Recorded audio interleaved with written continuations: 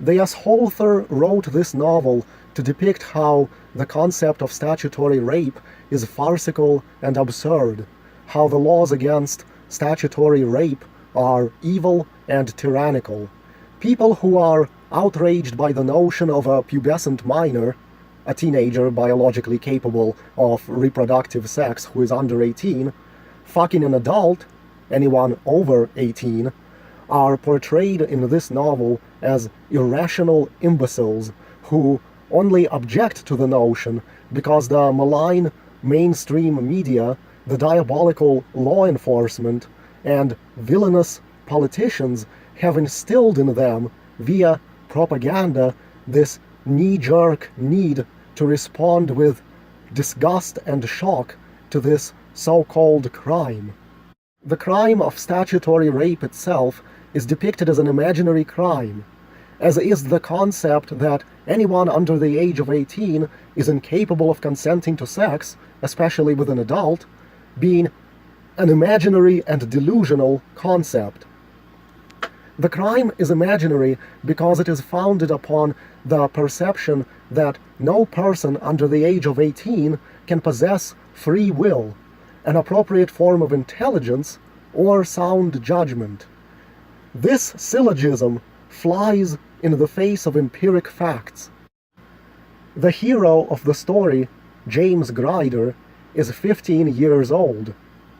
He will have sex with a 26-year-old Latina whom he finds hot due to her gym body physique. Her physical appearance is something akin to what you might see a female model flaunt in a diet ad. This Latina's name is Marilyn Gile. Underage boys are her sexual fetish. She had gone through several underage paramours in her young life. One of them was a 16-year-old Casey Young, who, out of idiocy and misguided notions, helps build a legal case against her to have her arrested as a pedophile. James Grider then feels duty-bound to save his adult girlfriend from the law, while at the same time he is driven mad by how the world unjustly and irrationally views his girlfriend as a monster. Despite the asshoulthor's age being twice that of James Grider, the asshoulthor describes James Grider as sexy and his twin sister Carmela as sexy as well, and even fantasizes about them sexually. The book is full of death and gratuitous violence, features a rape scene, and many readers might be sexually aroused during the reading of it, despite the characters who are the sources of their sexual arousal may be underage teens. You won't be able to help yourself in that, but you will be ashamed to admit it, and will vehemently pretend for those around you that you are disgusted to save face. You can't just poo-poo the book based on what you read in this asshoulthor's note by declaring, "This guy is sick and I will not support him." If you read the story and find out the damage done to James Grider's life by the existence of statutory rape laws, it may dawn on you what a hypocritical asshole you are being, believing what you believe. As if things couldn't be bad enough for James, a Mexican pedophile-hating vigilante with the moniker the Flying Charro has emerged onto the world stage. The Flying Charro behaves like a demented, violent, psychopathic superhero. Possessing a preternatural ability to fly and levitate, he abducts and, by most despicable methods, executes known child molesters and other criminals, while uploading snuff films of the punishments to the web. The purpose of James Grider novels is to convey through fiction the full depth of the tyranny under which the American people are living, something which a great majority of Americans do not whatsoever realize. In addition, these stories present a factual insight into the mind of someone with the potential to commit mass murder. These are novels that show how our society creates monsters out of some of the brightest and most astute amongst us, how the system is designed to drive to madness those with the perspicacity of mind to discern the disguised tyranny under which we live, especially if such individuals are neurotically obsessed with opposing this tyranny. Teenage school shooters don't fire bullets at their fellow students because they are evil or seeking fun and fame, as the mainstream media misdirects you to believe. They do it because those fellow students have proven themselves time and again as weak, insufferable, mutton-chomping sheep who welcome tyranny with a smile, a tyranny which their killer cannot abide. It is for that reason that they deserve to be eliminated. This is something the mainstream media does not tell.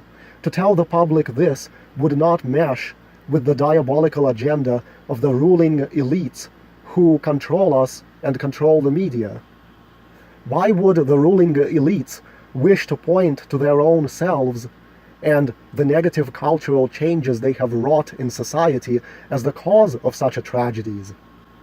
Why, when their goal is to blame the guns, so the sheeple jump on board with the proposal of surrendering their right to bear firearms? Little effort is needed to fully enslave a populace that has been disarmed. The severity of the power of America's evil government is now so great that not even a vigilante who is at the peak of physical strength and health, with the skills of a seasoned special forces operative, and in whose possession is an armory to match that of any military base, could stand a snowball's chance in hell, where the snowball is made of frozen urine, to take America down. Not even a team of 1,000 such men could accomplish the monumental task. Winning with an overt assault is impossible, but neither is winning by covert methods. Forensic science is such that simply touching some object leaves behind your skin cells from which your DNA can be extracted and matched back to you. Police, even in small towns, possess firepower akin to the military. Elections are rigged, so only those chosen by the elites can gain high positions of authority in the government. Answer me then, how is a 15-year-old boy with a bipolar disorder supposed to fight such a wicked, titanic beast alone? This 15-year-old boy in question is James Grider. The answer is, he can't.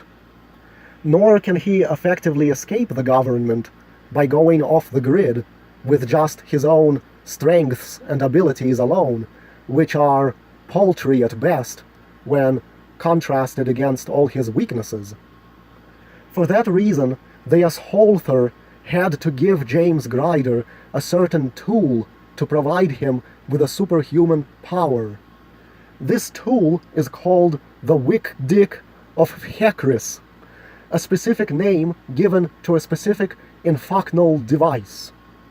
There is more than one infunctional device in the world, and James Grider isn't the only human being in the world who has come to possess one. The Wick Dick grants James the power to kill any person on Earth every 13 days, so long as he knows their name and face. Sounds almost like the Death Note, doesn't it? The asshoulthor is not very original. The Wick Dick looks like a green rock, shaped sort of like a fat, lopsided football. It's indestructible. James Grider can spawn this thing in and out of existence before the palm of either hand. By placing his palm against solid objects, he can spawn the Wick Dick through them, breaking apart whatever the Wick Dick spawns inside of, including people. Despite wielding such a power, fighting the system is nevertheless almost insurmountable for James, where he winds up in an uphill battle that he may likely only win through luck and plot armor and deus ex machinas, because he is a fictional character after all. This is how wretchedly powerful America's terroristic government has become, an unslayable beast that you stupid sheeple have wrought, all because you were constantly giving up rights and privacy for the supposed safety and security. Every time it asked for more power, you gladly handed it over to the monster on the Potomac, until it has engorged itself, and now any successful rebellion is impossible, even with something like the Wick Dick in your possession. And the Wick Dick is very much like magic, an absolute impossibility in real life. If this type of story was set 100 years ago, James Grider would have stood a much better shot at winning against this tyranny without any superhuman power to aid him, because guns were easily and widely accessible, forensic science was still some decades away from entering its infancy, and no electronic surveillance gadgets existed. Fuck, back then, even most of the laws James Grider opposes in these stories did not yet exist, and thus he would have been a calmer, psychologically healthier boy. No one would have even cared back then if he had fucked some 26-year-old woman at 15. As to what sort of tyranny James opposes? Well, the stupid statutory rape laws, for one. He also hates that terroristic threats are illegal. Punishing people for making a wrong string of sounds with their mouth is tyranny. He hates all the gun control bullshit, and for that reason wishes more mass shootings would happen. He hates forensic science and surveillance and the education system. Hates even something as small as the fact that in California it is illegal for someone under 18 to buy spray paint. What are infocnal devices? Even the asshoulthor doesn't know. They are something aliens from outer space created and abandoned on Earth. The asshoulthor has not bothered to think it through. He simply needed to give James Grider some kind of magical power, because it's fucking impossible for an average 15-year-old with a bipolar mental illness to defeat the evil psycho government of United States otherwise, or at least have a fighting chance of doing so. The infocnal devices are a stupid creation the asshoulthor should not have needed to insert into the story. Neither should he have had to fumble with some bullshit regarding space aliens. After all, the asshoulthor is not some UFO nut. But then, how else is James Grider supposed to get away with killing the piece of shit psychopaths in our world like police officers, the President of United States, and a bunch of dumb, average sheeple who cheer on their own oppression because the government told them it's for their own good? Sadly, there are no infocnal devices in the real world. The asshoulthor doesn't know how an individual can crush America without them. James Grider books will show what our system does to certain brilliant people who can see through the system's bullshit. Just like it did to James Grider, the system drives such a people mad until they commit a crime and end up in prison or kill themselves. The system does this by design because intelligent people like James Grider threaten its power with their intellect, making it impossible for the system to pull the wool over their eyes. Feeling helpless and not in control of his life because of the system, James Grider is constantly driven mad and lashes out destructively and with violence. Much of his problems in the story result due to his inability to keep his cool in the face of adversity. In the story, James Grider fucks a 26-year-old woman, not so much because he was desperate for sex, but he wanted to prove that, indeed, 15-year-olds can consent to sex with an adult despite popular belief. Haha. There is a certain evil religious tribe that controls all positions of power in America, in public and private sectors. This fact applies both to real life and James Grider's fictional world. This tribe, of course, controls the publishing industry as well, and many of the popular writers are members of this tribe, either openly or secretly. These writers tend to create generic thriller novels for wholesale public consumption, in which the hero works for the government as an agent of one of the alphabet agencies, or as a detective in some metropolitan police force. In such novels, the only conspiracy the government engages in is how to make things better for the American public. Corruption is depicted as minimal in the sectors of US government, and is usually portrayed as a self-correcting problem. In such a fiction, corrupt senators are defeated by the saintly FBI agents. A corrupt FBI agent is taken down by his own peers. An evil CIA director is defeated by a rogue hero agent in the agency. The US government is constantly saving the American public from terrorist attacks and serial killers and other villains. While much of such a fiction by some is written out of honest ignorance of the truth, a good portion of it is deliberate propaganda to keep the American public fooled into staying docile and hopeful, so the people do not impede the tribe's machinations by rising up against it. If you listen to Charles Giuliani's Truth Hurts radio program, the archives of which can be easily downloaded on the internet for free, you will come to learn that the American government is the greatest terrorist force on the globe, that it was evil from the word go. There is never a conspiracy by the government to save Americans. On the contrary, day and night the government conspires on how to fuck Americans over, while disguising the actions taken toward that end as benevolent so they are accepted by the people. 9/11, for example, was created by the American government in conjunction with the Israeli government, in fact, at Israel's behest, and then blamed on Muslims to trick dumbass Americans into joining the military to help crush the Middle East for the expansion of Israel's power and territory. The asshoulthor must self-publish his James Grider novels as e-books online, because no tribe-controlled publishing company would ever permit the stuff he writes to hit the bookshelves.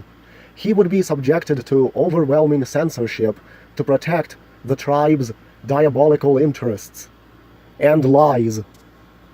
So why be stingy and not buy this book for $2.99?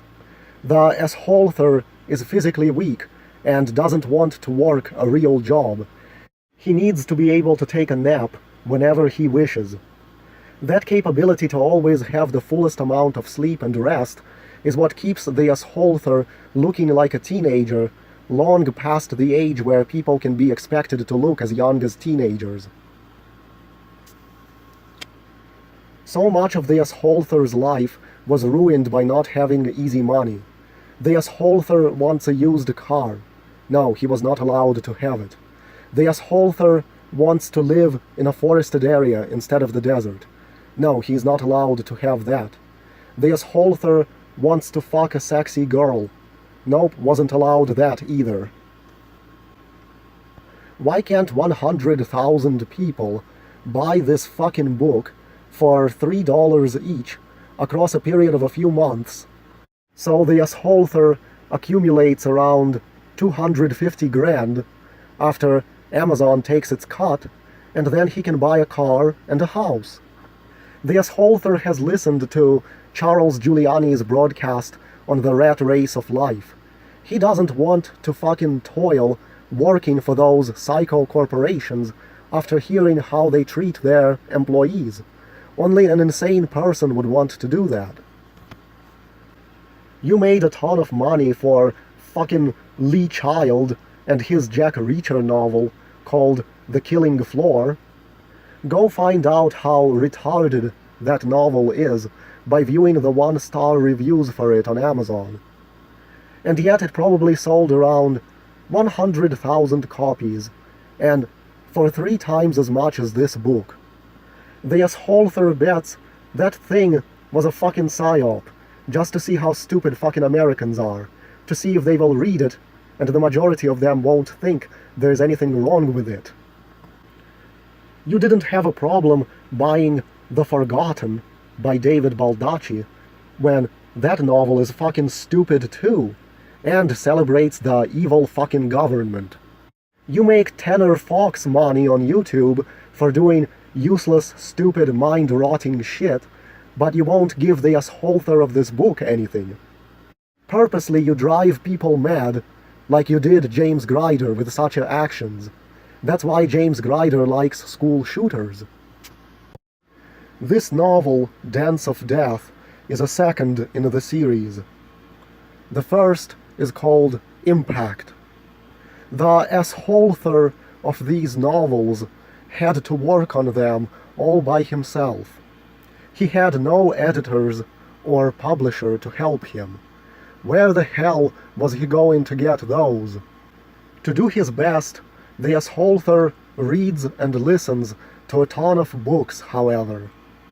He will pluck useful descriptions and words he couldn't think of himself from existing novels, applying them to his own work, basically plagiarizing the writing method. This helps tremendously in making the novel look professional. He also reads documentary books as research to find out how certain things relevant to the story he is writing work in the real world. However, he can't research everything 100% down to the most minor detail. There isn't enough time for that. There may be instances in the James Grider novels where people who are intimately familiar with certain subjects may find it laughable on how wrong the asshoulthor has gotten certain facts. But this is a problem in every novel out there. Go read 1-star Amazon reviews for David Baldacci novels, and you'll understand. At least these mistakes won't be anywhere near as retarded as those in Jack Reacher books.